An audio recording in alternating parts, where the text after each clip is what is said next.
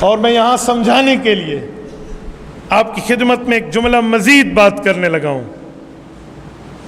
کہ جب زکوٰۃ ادا کریں تو کسی کو یہ کہنا کیا ضروری ہے کہ بھائی یہ زکوٰۃ کا پیسہ ہے آپ لے لیں؟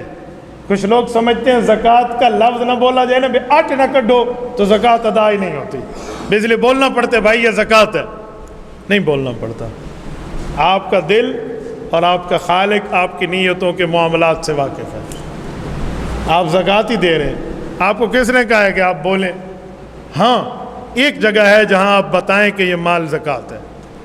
مثلاً آپ مدرسے میں گئے ہیں جہاں کئی مال موجود ہیں، زکوٰۃ علیحدہ ہے، فطرانہ علیحدہ ہے، عام نفلی صدقہ علیحدہ ہے، واجبی صدقہ علیحدہ، علیحدہ علیحدہ مد میں رکھا ہوا ہے، ادھر آپ بتائیں، مینشن کریں کہ یہ زکوٰۃ کا مال ہے، پھر ٹھیک ہے۔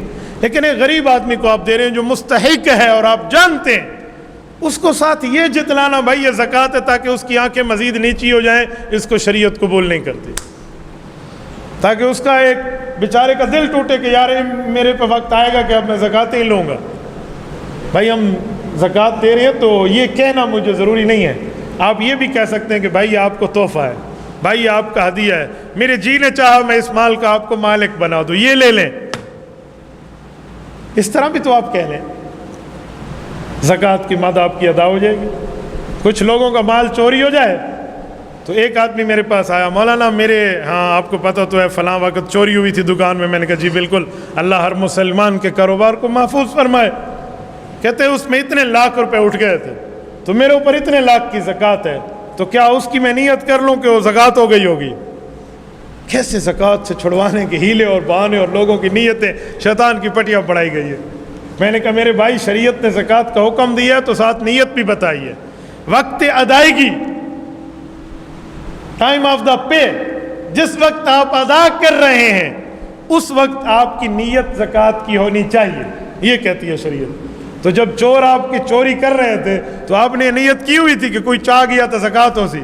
کہتے ہیں نہیں، میں تو کہتا ہوں حرام ہے نا تو ڈھیڑ چیر کے بندہ کڈھے، ان نے تو زیادتی کی ہمارے ساتھ۔ میں نے کہا بھائی وہ زکوٰۃ میں کنورٹ نہیں ہو سکتے، ہاں جو آپ کا مال چوری ہو گیا چوری ہو گیا، باقیوں پر زکوٰۃ دے دیں، تو اس طرح آپ کی زکوٰۃ ہے۔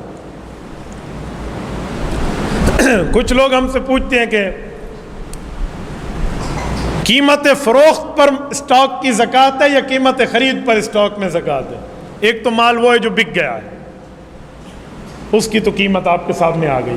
ایک اسٹاک ہے آپ کا، اسٹور کیا ہوا ہے آپ نے مال، یہ آپ نے بیچنا ہے، اس کی بھی تو زکوٰۃ دینی ہے۔ تو قیمت خرید ہے یا قیمت فروخت ہے؟ یہ بات یاد رکھیں، نارملی قیمت فروخت پر آپ زکوٰۃ دیں گے، قیمت خرید کی بات نہیں ہے۔ میرے پاس 1000 گلاس یہ پڑے ہوئے ہیں شیشے والے، اور میں نے اس فی گلاس کو مثال کے طور پہ خریدا ہے 5 روپے کا اور بیچتا ہوں میں 25 روپے کا۔ نارملی طور پہ مارکیٹ میں 25، 23، 24 کا بک جاتا ہے، تو مجھے 25 روپے ہی اس کے لگانا پڑیں گے، یہ نہیں ہے کہ میں 5 روپے لگاؤں گا۔ امیجن اور اندازہ جو میرا ہونا چاہیے وہ قیمت فروخت کا ہونا چاہیے، چاہے وہ بکا بھی نہ ہو۔ 2-4 روپے اوپر نیچے کا فرق آپ خود بھی کر لیں گے کہ چلو اتنے حد تک میں جا سکتا ہوں، اتنے حد تک نہیں جا سکتا، تو جو نارملی اور درمیانہ ریٹ ہے نا وہ آپ نے لگانا ہے، اور اس پر آپ کے اوپر زکوٰۃ ہے۔ تبارك الذي نزل الفرقان على عبده ليكون للعالمين نذيرا